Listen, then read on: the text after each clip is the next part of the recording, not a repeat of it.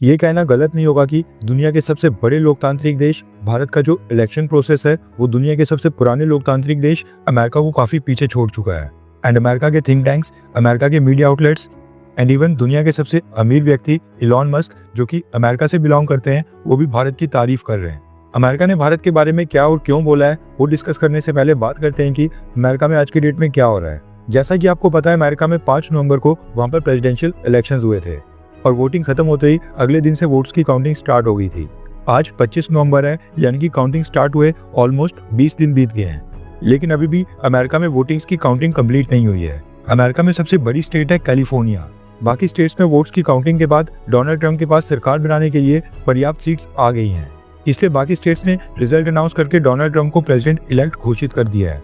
लेकिन ये जो कैलिफोर्निया स्टेट है, यहाँ की आबादी है 39 मिलियन, यानी कि 3 करोड़ 90 लाख लोग यहाँ पर रहते हैं। कैलिफोर्निया स्टेट में वोटर्स की संख्या 16 मिलियन यानी कि 1 करोड़ 60 लाख के करीब है। लॉस एंजलिस टाइम्स के मुताबिक कैलिफोर्निया में अभी भी 5,70,000 वोट्स की काउंटिंग अभी तक नहीं हुई है और ये अभी भी चल रही है, जिसके कारण कैलिफोर्निया स्टेट अपने फाइनल रिजल्ट की घोषणा नहीं कर पा रहा है। अमेरिका में इलेक्शन रिजल्ट घोषित करना और वोट्स की काउंटिंग करना अमेरिका के इलेक्शन कमीशन के डिपार्टमेंट्स के लिए काफी बड़ा चैलेंज होता है। भारत में जिस तरह से एक ही इलेक्शन कमीशन होता है, अमेरिका में हर एक स्टेट खुद ही इलेक्शंस करवाती है। वोटिंग और काउंटिंग के लिए रूल्स भी खुद ही अलग अलग स्टेट्स खुद बनाती हैं और खुद उनका एक डिपार्टमेंट वोट्स काउंट करके रिजल्ट अनाउंस करता है। एंड जैसे भारत में वोटिंग के लिए केवल ईवीएम का इस्तेमाल होता है, मगर अमेरिका में वैसा कुछ नहीं होता है। अमेरिका में ईवीएम से भी वोटिंग होती है, लेकिन वो खाली कुछ ही स्टेट्स में लिमिटेड सीट्स के ऊपर होती है।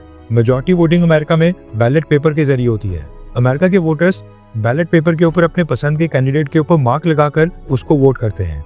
सभी वोट्स की काउंटिंग मैनुअली करनी पड़ती है, यानी कि भारत का जो प्रोसेस है वो डिजिटल प्रोसेस है। और कैलिफोर्निया में वोट्स की काउंटिंग का डिले इसलिए आ रहा है क्योंकि इस बार कैलिफोर्निया स्टेट में लाखों लोगों ने मेल के जरिए वोट डाले हैं, यानी अपने घर या ऑफिस के ऊपर बैठे बैठे वोट डाला है, ताकि खुद पोलिंग बूथ्स के ऊपर जाने में उनका टाइम वेस्ट ना हो और उन्हें लंबी लाइन में ना लगना पड़े। कोविड-19 के बाद से मेल के जरिए वोट डालना अमेरिका में काफी पॉपुलर होते जा रहा है। इसमें क्या होता है कि इलेक्शन डिपार्टमेंट क्या करता है, हर एक रजिस्टर्ड वोटर को मेल यानी कि चिट्ठी के जरिए बैलेट पेपर भेजता है। उसी के ऊपर वोटर को अपना कैंडिडेट मार्क करके एनवेलप में बंद करके उस सीक्रेट एनवेलप को वापस से इलेक्शन कमीशन के डिपार्टमेंट को भेजना होता है। इसमें डेट, साइन, विटनेस सिग्नेचर और काफी सारी डिटेल्स होती हैं। अब जब ये मेल्स काउंटिंग स्टेशन के ऊपर पहुंच जाते हैं, वहां पर इनको हर एक एनवेलप को फाड़ कर इनको अलग अलग निकालना पड़ता है। 1 बाय 1 वेरीफाई करके हर एक वोट को रजिस्टर करना पड़ता है और ये सारी चीजें किसी भी व्यक्ति को मैनुअली करनी पड़ती हैं। इसमें मशीन की भी मदद नहीं ली जा सकती है। इसलिए सबसे ज्यादा वोटर्स की संख्या वाली अमेरिका की कैलिफोर्निया स्टेट में अभी भी मेल वाले बैलेट पेपर्स की काउंटिंग जारी है। अब हुआ ये कि कुछ महीने पहले जून में भारत के लोकसभा इलेक्शंस के रिजल्ट की घोषणा हुई थी। उन इलेक्शंस में वोटिंग तो 7 फेजेस में हुई थी, लेकिन पूरे भारत की सभी लोकसभा सीट्स का रिजल्ट एक ही दिन 4 जून को अनाउंस किया गया था। भारत के लोकसभा इलेक्शंस में 640 मिलियन वोटर्स ने वोट डाला था, यानी 4 जून के दिन टोटल 640 मिलियन यानी 64 करोड़ वोट्स की काउंटिंग हुई और ये काउंटिंग 24 घंटों के अंदर कंप्लीट कर दी गई। इसलिए इलॉन मस्क और अमेरिका के बड़े बड़े लोग भारत की तारीफ कर रहे हैं और ये कह रहे हैं कि भारत ने एक ही दिन के अंदर 64 करोड़ वोट्स की काउंटिंग कर दी है। लेकिन अमेरिका की कैलिफोर्निया स्टेट में पिछले 20 दिन से 1 करोड़ 60 लाख वोट्स की काउंटिंग भी नहीं हो पा रही है। इसलिए अमेरिका को भारत से क्लास लेनी चाहिए कि इलेक्शंस कैसे करवाए जाते हैं और वोट्स की काउंटिंग कैसे होती है। इसके अलावा भारत की ईवीएम मशीन के ऊपर भी काफी आर्टिकल्स पब्लिश हो रहे हैं और भारत और अमेरिका के इलेक्शन प्रोसेस को कंपेयर किया जा रहा है। कई आर्टिकल्स में तो ये भी डिमांड की जा रही है कि अमेरिका को भी अपने चुनाव कंप्लीटली इलेक्ट्रॉनिक वोटिंग मशीन्स के ऊपर ट्रांसफर कर देने चाहिए।